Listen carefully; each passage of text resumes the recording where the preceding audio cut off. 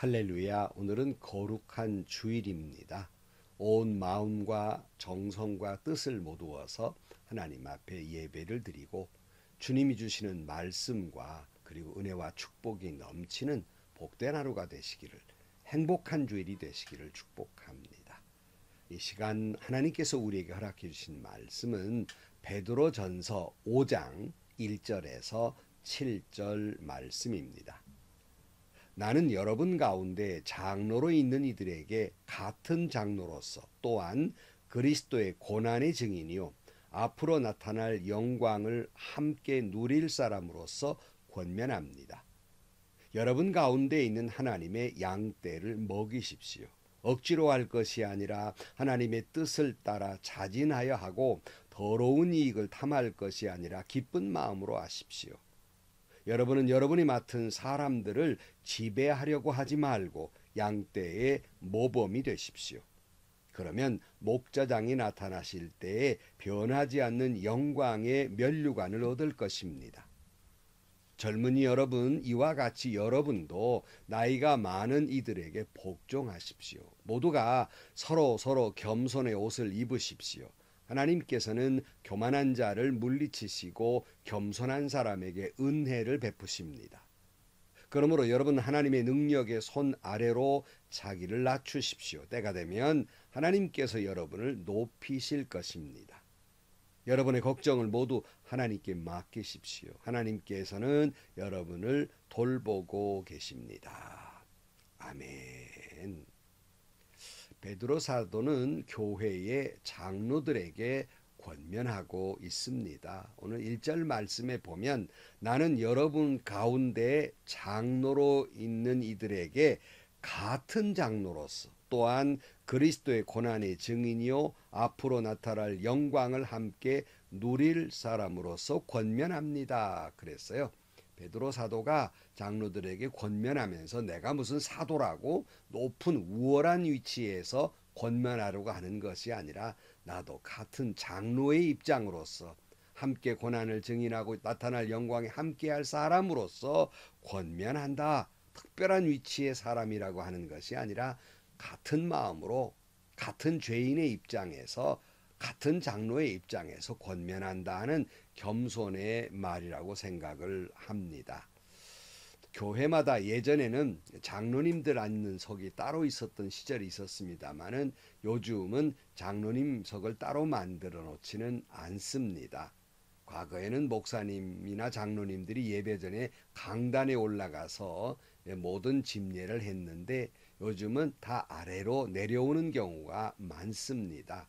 왜 그렇게 됐습니까? 과거의 생각보다는 요즘은 목사도 장로도 그저 기도할 때나 올라가고 설교할 때나 강단에 올라가지 그 전에는 예배자로서 똑같은 하나님의 어린 양에 불과하고 하나님 앞에 같은 죄인이라는 의미를 가지고 있는 겁니다. 그래서 여러분 그저 장로가 높은 자리에 있는 사람이 아니고 똑같은 입장이라 하는 말이에요. 그러니까 여러분 목사님들도 설교할 때 올라가는 건 그저 말씀을 잘 들리고 또 많은 사람들이 봐야 하기 때문에 올라갈 뿐이에요. 예배자로서 항상 낮은 자리에 있고 평신도와 같은 위치에 있는 것이 사실입니다. 사랑하는 목사님, 장로님 여러분, 교회의 직분은 그야말로 직분입니다. 높낮이가 아니라 역할의 분담이에요. 근데 이것을 높낮이로 생각하고 직위라고 착각하는 분들이 계십니다. 그래서 어떤 장로님들은 장로의 역할이 뭐냐? 요즘 목사님들의 너무 독주를 막을 그래서 교인을 대표해서 견제하는 입장이고 그래서 장로는 이 세상 정치로 말하면 삼권분립으로 장로는 국회의원 입장이고 그저 서리 집사나 집사들은 그저 시의원 정도로 있으니까 서리 집사나 또는 안수 집사라 할지라도 그저 국회의원의 입장인 장로의 말을 잘 순종해야 한다고 겁박하는 경우를 들어본 적이 있습니다. 이 무슨 어린아이와 같은 논리입니까? 이게 철없는 이야기입니까? 장로라는 입장이 무슨 높은 큰 권력이 있는 것으로, 높은 위치에 있는 것으로 착각하고 있는 모습입니다. 근데 베드로가 나는 사도의 입장이 아니라 같은 장로의 입장에서, 하나님 앞에 어린 양의 입장에서 권면한다 하는 겸손의 모습을 보게 됩니다. 베드로 사도는 장로에게 이렇게 권면합니다. 2절 말씀에 여러분 가운데에 있는 하나님의 양떼를 먹이십시오. 억지로 할 것이 아니라 하나님의 뜻을 따라 자진하여 하고 더러운 이익을 탐할 것이 아니라 기쁜 마음으로 하십시오. 여러분은 여러분이 맡은 사람들을 지배하려고 하지 말고 양떼의 모범이 되십시오. 혹 어떤 장로님들은 높은 권력의 위치에서 사람들을, 성도를 지휘 통제하는 사람으로 알아요. 그것이 아니라 양떼를 잘 먹이는 사람입니다. 근데 자꾸 목사님들을 견제하고 성도를 지배하려 들고 당회의 말에 순종하라고 말합니다. 물론 당회의 말에 성도는 순종해야 할 것이 맞는 말이지만 장로님들 스스로가 그걸 강조해야 할 일은 아니란 말이에요. 성도들이 그렇게 고백해야지 장로님들 스스로가 높은 우월의 입장에서 그런 말해서는 철없는 이야기라는 말씀입니다. 장로라는 완장 하나 채워주니까 목사는 그저 대리사장이고 교회의 진짜 주인은 장로라고, 그런 말이 함부로 어디서 그런 말이 나온단 말입니까? 특별히 자진하여 섬기되 자기의 이익을 탐해서는 안 된다 그랬어요. 근데 참 그런데 괴로운 것은요, 좀 몇 번 말씀을 드린 적이 있습니다만은 제가 속한 교단의 전국 장로의 연합회에 그 회칙에도 보면 거론이 돼 있습니다만은 뿐만 아니라 거기에 의해서 뭐 장로의, 전국 장로의 회장이 되겠다고 출마하시는 분들이 그저 자기를 나타내면서 뭐라고 말하냐면, 만약에 나를 회장으로 뽑아주신다면 장로의 권익을 향상시키겠습니다. 그리고 목청을 높이고 그저 입에 거품 물고 이야기합니다. 또 장로님들은 그런 사람들에게 표를 찍어주기도 해요. 그러니까 장로님들이 맨 모여가지고 장로의 권익을 향상시키는 데 몰두하고 있어요. 장로님 여러분, 장로의 권익이 어디 있단 말입니까? 권익이라는 말은 권리에 따른 이익이라는 말인데, 하나님의 종이 무슨 권리가 있으며 하나님의 종이 무슨 이익을 탐한단 말입니까? 장로의 자리가 권위에 따른 이익을 취하는 자리입니까? 그러니까 자꾸 서로 다투고 당회마다 싸움박질하고. 여러분, 섬기는 사람 속에는 다툼이 일어날 수가 없어요. 서로 자기의 권익, 높은 위치에서 권익을 따지다 보니까 싸우는 거예요. 당회가 사실은요, 하나님의 진리의 말씀에 따라서 이걸 위해 다투는 것이 아니라 장로님들이 목사님들로부터 내가 어떤 대우를 받느냐에 집중돼 있고, 정말 내가 교회에서 장로로서의 권위가 세워지느냐에 집중돼 있어요. 진리의 말씀이나 성도들의 상황이나, 그리고 또 복음을 전하는 일에 고민하는 것이 아니라 장로의 지위가 보장되어 있느냐, 여기에 온통 집중이 돼 있습니다. 베드로 사도는 그러게 이렇게 구체적으로 말하고 있어요. 3절 말씀에 여러분은 여러분이 맡은 사람들을 지배하려고 하지 말고 양떼의 모범이 되십시오. 왜 이런 말을 했겠어요? 지배하려 들기 때문에 그래요. 장로의 자리는 어떤 높은 권력을 가지고 성도와 교회를 목사 앞에서 지배하는 사람이 아니라 본을 보이는 사람이고 먹이는 사람이란 말이에요. 물론 겉으로는 뭐 장로로서 주보를 나눠주면서 겸손한 척하고 고개를 숙이고 하지만 속은 내가 장로다 하는 아주 고차원적인 교만에 빠져 있는 장로님들이 종종 보입니다. 여러분, 장로님 여러분, 사람은 속아도 하나님은 속지 않습니다. 그러니 교인들이 장로님들을 보아도 인사를 하니 아니하니 그저 목사님이 장로들을 그렇게 권위를 안 세워주니까 교인들이 저따위로 노는 거 아닙니까 하고 입에 거품을 물고 안건으로 내세우는 모습을 보면 참 어이가 없어요. 자신이 본이 되지 못해서 성도들로부터 존경받지 못하다는 사실은 전혀 모른 채 어린애 같은 막둥이 같은 신앙 인격을 가지고 있기 때문에 자신이 얼마나 성도들 보기에 볼성사나운 장로인가를 스스로는 모르고 있다는 말씀입니다. 참 그러나 여러분, 한국 교회사를 보면요, 예전에 훌륭한 장로님들의 헌신과 그리고 희생에 의해서 한국교회는 여기까지 왔음을 부인할 수 없습니다. 그러나 그렇게 존경받던 장로님들은 결코 자기의 권익을 추구한 분들이 아니었어요. 죽기까지 말씀대로 살려고 몸부림쳤고 목사님들의 말에 순종했으며 교회와 성도를 목숨을 걸고 지켰던 장로님들이었기에 존경을 받았고, 그리고 한국교회를 이만큼 이끌어왔다는 사실이에요. 참 죄송하지만 요즘 장로님들이 그런 존경을 받고 있는가를 보면 예전과는 전 반대 행동들이 나타나기 때문에 장로님들의 존경이 점점 땅에 떨어져 가고 있다는 것도 부인할 수 없는 사실입니다. 우리 목사님들끼리 하는 말이 있습니다. 목사가 죽어야 교회가 산다.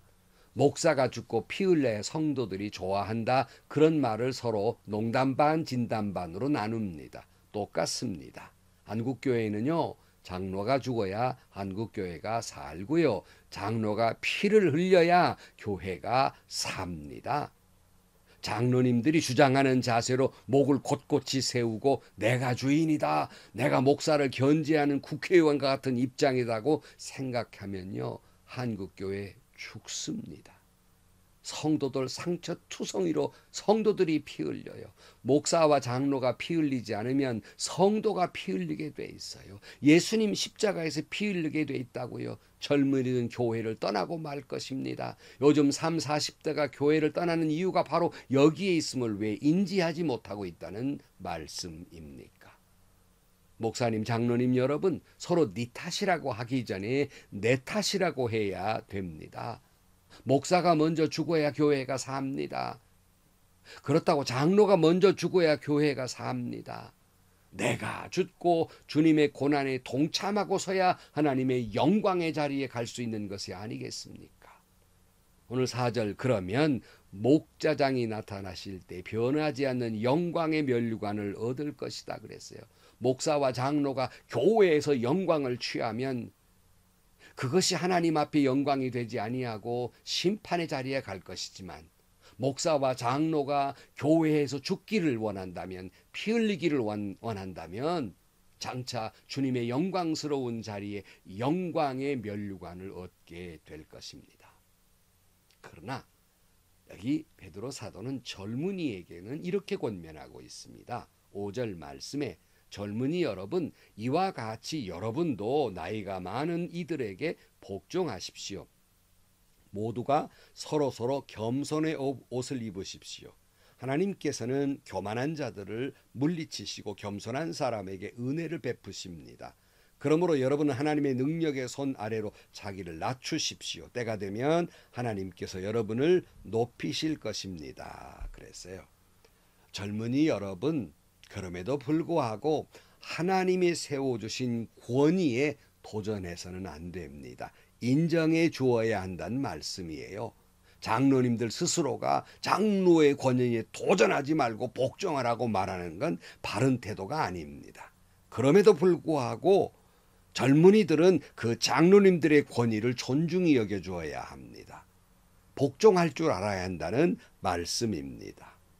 그것은 장로님들이 여러분보다 믿음이 훌륭하고 무슨 높은 자리에 있고 아주 정치적으로나 어떤 힘을 가지고 있는 자리이기 때문에 굴종하라는 말이 아닙니다. 젊은이 여러분, 목사님들이나 장로님들, 그 직분을 감당함에 있어서 참 한두 가지가 어렵고 힘든 일이 아닙니다. 내가 목사했다면 저 정도는 아니었을 터인데, 내가 장로했다면 저렇게는 안 했을 터인데, 막상 그 자리 가보면 그게 참 쉽지 않습니다. 장로님들도 목사님들이야 믿는 사람들만 만나지만 장로님들도 사회생활을 해야 하고 또 삶의 모습은 또 교회 생활을 해야 하고 여러 가지 갈등과 어려움이 참 많은 것이 사실이고 모범을 보인다는 것이 참 어려운 일입니다. 여러분들이 생각하는 그 이상의 곤혹스러움과 갈등이 많다는 것입니다. 물론 당연히 목사님들이나 장로님들에게 기대하는 바가 큰 것은 사실이고 이게 틀린 건 아니에요. 그들의 높은 인격과 신앙적으로 겸손하고 섬기는 모습을 기대하는 것 맞습니다. 더 높은 도덕을 요구하는 것 그거 맞습니다. 기대하는 것 옳은 일이에요. 그러나 여러분 그 기대에 미치지 못하다 할지라도 어떤 때에는 실망시키고 부끄러운 모습을 보인다 할지라도 너무 실망하거나 시험 들지 말고 그럴수록 겸손한 모습으로 순종하시기를 축복합니다. 베드로 사도는 젊은이 여러분들에게 나머지는 다 주님께 맡기라고 권면하고 있습니다. 7절 말씀에 여러분의 걱정을 모두 하나님께 맡기십시오. 하나님께서는 여러분을 돌보고 계십니다. 그래서 여러분 하나님이 어찌 모르시겠습니까? 다 알고 계시고 다 보고 계실 것입니다. 내가 굳이 고함을 지르고 주먹질을 안 해도 하나님은 다 알고 계시고 심판하실 것입니다. 젊은이 여러분, 하나님의 심판의 잣대는요, 젊은 여러분보다는 목사와 장로들에게 더 가혹한 심판의 잣대를 댈 것입니다.